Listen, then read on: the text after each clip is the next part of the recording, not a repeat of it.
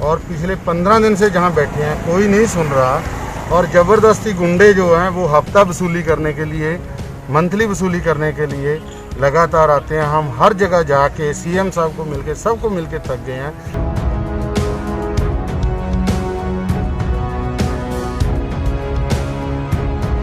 कारगिल से डिसेबिलिटी के बाद जहां पहुंचा हूं, अभी गवर्नर साहब को, सीपी साहब को, सब लोगों को कह के हम थक गए हैं। कहीं से कोई इंसाफ नहीं है। गुजरात के अंदर हम पिछले 2 महीने से घूम रहे हैं। गुंडे ज़बरदस्ती हमारे पेट्रोल पंप के ऊपर आके बैठ जाते हैं, ज़बरदस्ती इन्हें धमकियां देते हैं। कोई आदमी उनके आतंक के आगे सामने नहीं आ रहा।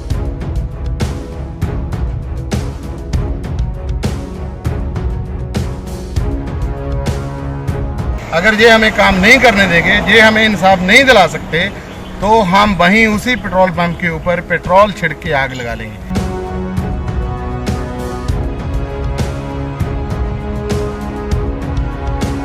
हम लोग बहुत दिनों से गुजरात में घूम रहे हैं।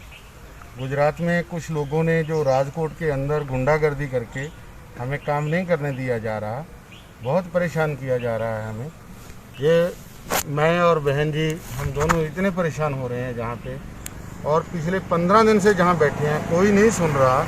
और ज़बरदस्ती गुंडे जो हैं वो हफ्ता वसूली करने के लिए, मंथली वसूली करने के लिए लगातार आते हैं। हम हर जगह जाके सीएम साहब को मिलके, सबको मिलके थक गए हैं। सबकी तरफ से यही आता है कि नहीं, इनके साथ बैठ के कर लो, कोई बात नहीं, जहाँ ऐसा चलता है वैसा चलता है। मैं खुद एक डिसेबल सोल्जर हूँ जो कारगिल से पेंशन आया हूँ। कारगिल से डिसेबिलिटी के बाद जहाँ पहुँचा हूँ, अभी गवर्नर साहब को, सीपी साहब को, सब लोगों को कह के हम थक गए हैं। कहीं से कोई इंसाफ नहीं है। गुजरात के अंदर हम पिछले 2 महीने से घूम रहे हैं। गुंडे ज़बरदस्ती हमारे पेट्रोल पंप के ऊपर आके बैठ जाते हैं, ज़बरदस्ती इन्हें धमकियां देते हैं। कोई आदमी उनके आतंक के आगे सामने नहीं आ रहा।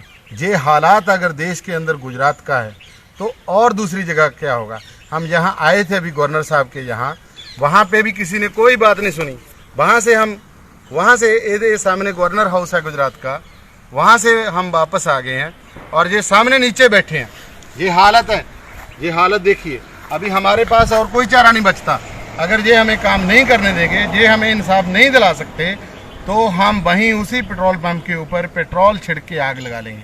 लेकिन उन गुंडों के आगे झुकेंगे नहीं जो वो झुकाना चाहते हैं। मैं ऐसे झुकने वालों में से नहीं हूँ, सब लोग जानते हैं। जितने मेरे दोस्त, जितने मेरे सज्जन मित्र जानते हैं, उन सबको बेनती है कि इस चीज़ को वायरल करो, लोगों तक पहुंचाओ। सीएम साहब को पता है, जहाँ के होम मिनिस्टर साहब को पता है, जहाँ के सोशल जस्टिस मिनिस्टर को पता है, डीजीपी साहब को हम मिले, बहुत अच्छे लोग हैं वो सारे।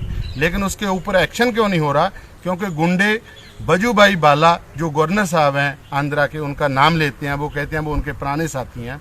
उन लोगों की वजह से वो आदमी बिना किसी डर के, बिना किसी चीज़ से हमें परेशान कर रहे हैं। हम इतने परेशान हो चुके हैं, 2 महीने से मैं थक चुका हूं। अगर देश के अंदर, देश के भीतर फौजियों का ये हाल है, तो बॉर्डर के ऊपर लड़ने वाले फौजियों को 10 दफ़ा सोचना होगा कि हमारे लिए क्या कोई कानून नहीं है देश में? क्या सिर्फ और सिर्फ बलिदान, त्याग और सेक्रीफाइस करने का ठेका फौजियों ने ले रखा है? ये बहुत बुरी हालत है, बहुत बुरी हालत है, सच में बुरी हालत है। अगर जस्टिस सुप्रीम कोर्ट के, हाई कोर्ट के मानजोग जस्टिस जहाँ के हैं, वो देखें और ध्यान से सुने, अथवा ये समय बीत जाएगा और उसके बाद कुछ करें ना करें।